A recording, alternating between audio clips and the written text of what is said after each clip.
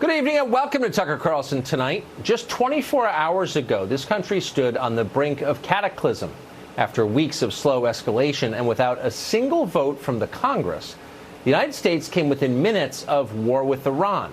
In response to the destruction of an unmanned drone, American forces nearly launched an airstrike on Iranian targets. According to some reports, our planes were literally in the air.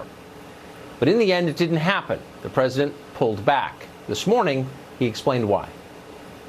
They came and they said, sir, we're ready to go. We'd like a decision. I said, I want to know something before you go. How many people will be killed? In this case, Iranians. I said, how many people are going to be killed? Sir, I'd like to get back to you on that. Great people, these generals. They said, came back, said, sir, approximately 150. And I thought about it for a second. I said, you know what? They shot down an unmanned drone, plane, whatever you want to call it. And here we are sitting with 150 dead people. That would have taken place probably within a half an hour after I said go ahead. Yeah. And I didn't like it. I didn't think it was proportionate. How many people will be killed? The most basic of all questions, but a question that's too rarely asked by leaders contemplating war. 150 people wiped off the planet in retaliation for a broken drone. Every one of them, the president reminded his staff last night, someone with a family. The whole thing, in the end, offended his sense of decency. He said it seemed disproportionate, and it was. Moreover, airstrikes would have led to a wider conflict with Iran. That, of course, was the entire point of it. Policymakers in Washington crave a war with Iran. Last night was supposed to be the first domino. At the last minute, the president thwarted their plans. For that, he's being vilified. Watch CNN's 36-year-old national security analyst attack the president for not killing enough people yesterday. This is kind of a worst-case scenario. The president is showing that he ostensibly made a decision, had a National Security Council meeting, and wasn't willing to follow through. All in all, this shows gross disorganization and a president who can't seem to make up his mind, even on something as important as a military strike on Iran. Only in foreign policy circles do people say things that stupid. In fact, last night was a high point in the Trump presidency. Bombing Iran would have ended his political career in a minute. There'd be no chance of re-election after that. Ill-advised wars are like doing cocaine. The initial rush rises your poll numbers, but the crash is inevitable. And in this case, it would be horrible. The hangover from an Iraq war would last years. Iran is not Syria or Iraq. It's a big, rich, sophisticated country with an ancient culture and a cohesive population. In some ways, it's an impressive place, not at all like the chintzy prefab capitals of the Arab world, like Riyadh or Dubai. We could beat Iran, but it would not be easy. It would cost trillions of dollars. Many thousands of Americans likely would die. China would love it. They'd be the only winners in that conflict. Donald Trump was elected president precisely to keep us out of disasters like war with Iran. So how did we get so close to starting one? Simple. The neocons still wield enormous power in Washington. They don't care what the cost of a war with Iran is. They certainly don't care what the effect on Trump's political fortunes might be. They despise Donald Trump. Now, one of their key allies is the National Security Advisor of the United States. John Bolton is an old friend of Bill Kristol's. Together, they helped plan the Iraq War. When Bolton made it to the White House, the neocons cheered. Left-wing New York Times columnist Bret Stephens took a break from attacking Donald Trump to celebrate his hiring. Stephens assured MSNBC viewers that John Bolton was a great choice because he would push the president toward war. He is not the sort of caricaturish hawk that he's been made out to be in some corners of the press. I think someone like Bolton is going to restrain the isolationist impulses that have been really at the heart of Trump's foreign policy thinking. Got that? John Bolton is going to restrain Donald Trump from avoiding war. And, of course, that's exactly what he's tried to do from the very first day. Shortly before Bolton took his new job, we invited him on this show and asked about some of his many previous foreign policy positions. Watch as Bolton denies ever being wrong, ever, about anything, not even a little bit.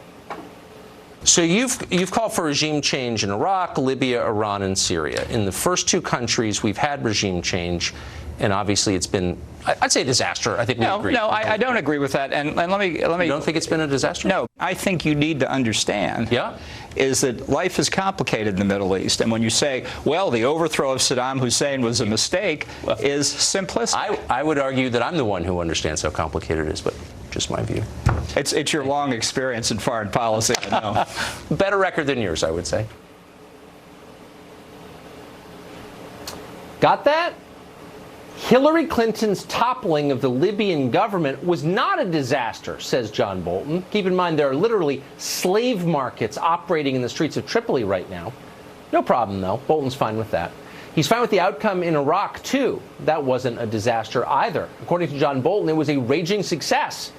We killed hundreds of thousands of people, lost thousands of our own troops, spent more than $1 trillion, all to eliminate a WMD threat that, despite John Bolton's assurances, never existed in the first place.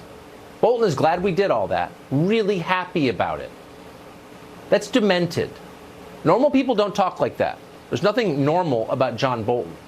Check out this piece of tape, recently uncovered, in which Bolton promises that we're going to overthrow the government of Iran. Keep in mind that this was filmed long before the Iranians shot down a single drone. I have said for over 10 years since coming to these events that the declared policy of the United States of America should be the overthrow of the mullah's regime in Tehran.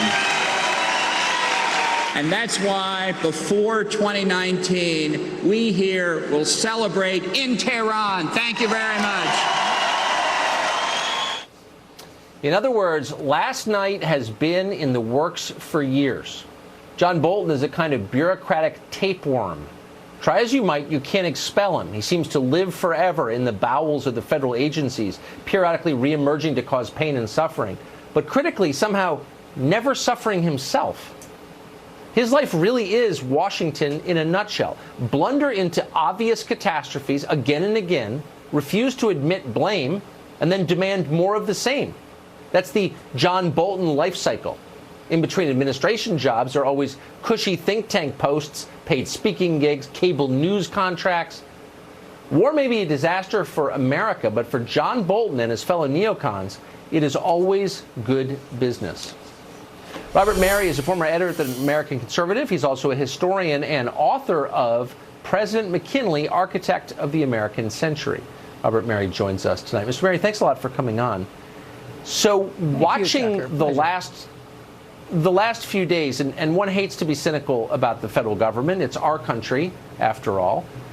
But you couldn't help but feel that what we were watching was a setup designed to get the country into war from the outset. Do you believe that's what we were watching? Well, I try to be kind of careful about getting into people's minds, but I think that the tape that you showed from Bolton and many, many others indicate that at least John Bolton, and there's evidence looking at it, the same is true of Secretary of State Mike Pompeo, that these gentlemen really do want to get America into a war with Iran. They really do want to change that regime. So why not be straightforward about it? I mean, it seems to me that it makes the rest of us cynical when we look on and we see people like Bolton, and he's certainly not alone in this, but he's one of the main drivers, pushing the United States to commit additional forces to the region, putting those forces in harm's way, clearly in the hope of spurring some kind of conflict to precipitate a war. Why wouldn't it just be easier for him to say, I think we should overthrow Iran, we're doing it? Well, Tucker, our history is replete with instances in which presidents and people around the presidents wanted to get us into wars that they couldn't say so because the American people weren't anxious to get into wars. So you can look at what happened with regard to the Mexican War with James Polk, getting us into World War I with Woodrow Wilson, World War II with Franklin Roosevelt, Vietnam, and the Iraq War, all of which had lies, misrepresentations, and maneuverings that were designed to get us into that war without saying so. So you're suggesting that voters, and since this is a democracy, it matters, voters aren't in favor of wars. But if you read the media accounts, it makes it sound like Americans love war. You're saying they don't. Well, it depends on the circumstances. Americans didn't want to get into World War II. Franklin Roosevelt did want to get into World War II, so there was a conflict that he had to somehow do something about. And he did everything he could, including actions that I would consider to be unconstitutional, impeachable, to get us into that war.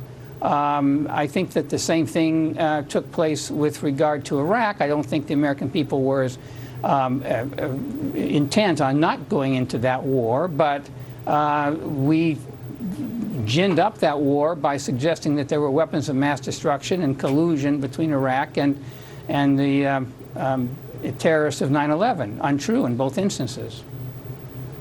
Huh. So you're saying that there is a long, almost unbroken history of lying our way into war? Lying sometimes, not always lying. Sometimes it's manipulations. But yeah, we do have a history of that. America's war-making history indicates that there's been significant instances of that kind of maneuvering, manipulation, and in some instances lying. Vietnam is a great example, to get us into wars that the American people weren't clamoring for. So you said you don't want to get into anyone's head, and that's an admirable impulse, I would say. But why do you think John Bolton is so fixated on toppling the government of Iran, which doesn't appear to pose any threat to the United States? Well, I have to tell you, I can't figure it out. I mean, I know John Bolton. I don't know him personally, but I know his work for many, many years, and it's clear that he believes that America, as a unipolar power on the globe at this time, should be bullying other nations and deciding what other regions should be doing with regard to factors that are of interest to America in his mind. And so he wants America to basically determine the regimes all around, and they have to be regimes that he likes and that he thinks America should like. And that's his modus operandi for a very long time, as you pointed out. Hasn't worked very well. Robert Mary, great to see you tonight. Thank you very much. Good to see you. Thank you. Glenn Greenwald co-founded The Intercept. He joins us tonight. So, Glenn, the reaction to the president not going to war last night has been really striking. Very little celebration about it. In certain quarters, outright attacks. You saw, we just played tape of CNN's national security analyst attacking the president for it. Liz Cheney, congresswoman from Wyoming, attacked the president. Others did, too. What about Washington makes war the first resort for both parties every time? Well, first of all, there's an obvious answer, which is it's exciting. So it drives media ratings. It makes people buy newspapers. Adam Smith in The Wealth of Nations in 1776 wrote about how when a country becomes an empire, the people in the capital never get any risk from war. So Liz Cheney and Bill Kristol and David Frum and the people who cheer war are never put at risk, but they get excitement and purpose from it. They get kind of a feeling of power. Ben Shapiro on Twitter today said, let's show Iran that we can mash them. That's something that people say when they go through life feeling inadequate and without any kind of purpose or strength. So it gives people strength. And then there's also this much deeper issue that after the Iraq War, almost nobody other than Judy Miller, this single scapegoat, there was no accountability for the people who lied the country into the war. So you look at someone like Jeffrey Goldberg, who for The New Yorker was writing award-winning articles claiming that Saddam Hussein was in an alliance with al-Qaeda, making people believe that Iraq did 9/11. Is he out of journalism because of that? No, he's been promoted. He's the editor-in-chief of The Atlantic. You turn on MSNBC, there's Bill Kristol. You open up the New York Times, there's Bret Stephens, Mark Thiessen in the Washington Post. They're all embedded in Washington culture, the think tanks especially, and they only become important and enlivened when the U.S. is at war. They get all kinds of psychological, economic, and political benefits from it at everybody else's expense. If you claim that there was a direct connection between Saddam Hussein and al-Qaeda, 9/11 and Saddam, it's clearly untrue. How in the world could you stay in journalism? I mean, do you know how could Jeff Goldberg go on to run one of the most famous magazines in English? The amazing thing is, Tucker, the more you promote war, even if you get it wrong, the more you're going to prosper. That is the sickness, the pathology of the DC media and political class. Jeffrey Goldberg's articles won a National Magazine Award for creating a grotesque conspiracy that resulted in the deaths of hundreds of thousands of people. Not only should he not be in journalism, he should be out of decent society. And yet, when it came time to compete for whether he was going to stay at the New Yorker or go to the Atlantic, the owner of the Atlantic gave him and his children rare exotic horses to lure him away from the New Yorker, and he now runs one of the most important magazines in the world. You see that all throughout the media, the same people who not just lied about Iraq, but who cheered all kinds of wars in Muslim countries get prosper from it, they get promoted, they continually get treated as the voices of authority, and that's why this continuously goes on. It is so mind-bogglingly corrupt. It's hard to believe it happens in our city, in our business. Glenn Greenwald, thank you very much for that perspective. I appreciate it. Thanks, Tucker.